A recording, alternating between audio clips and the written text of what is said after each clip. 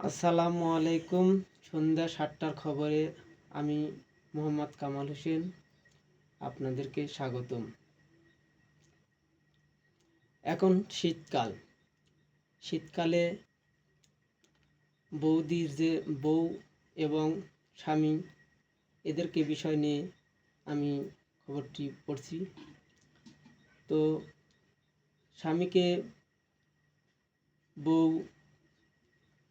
সকাল সকাল ঘুম থেকে ডাকানো যাবে না। যদি ডাকতে হয় আলতো করে তাকে ঘুম ভাঙাতে হবে এবং চোখ মুখে পানি ছিটিয়ে দিতে হবে। যদি কোনো বউ তার স্বামীকে এক বালতি পানি দিয়ে ল্যাপ তুষক ভিজিয়ে দেয়, তাহলে তাকে 14 বছরকার মামলায় দায়ের করা হবে। 2 নম্বর, 1 মাস পর স্ত্রী মিলন করতে হবে। যদি এই দাবি কোনো বউ মেনে নিতে না পারে, তাহলে তাকে জরিমানা সহ বাপের বাড়িতে ফেরত দিয়ে আসতে হবে। সংবাদটি এখানেই শেষ হলো। বিস্তারিত সংবাদ জানাবো রাতের 8টায়।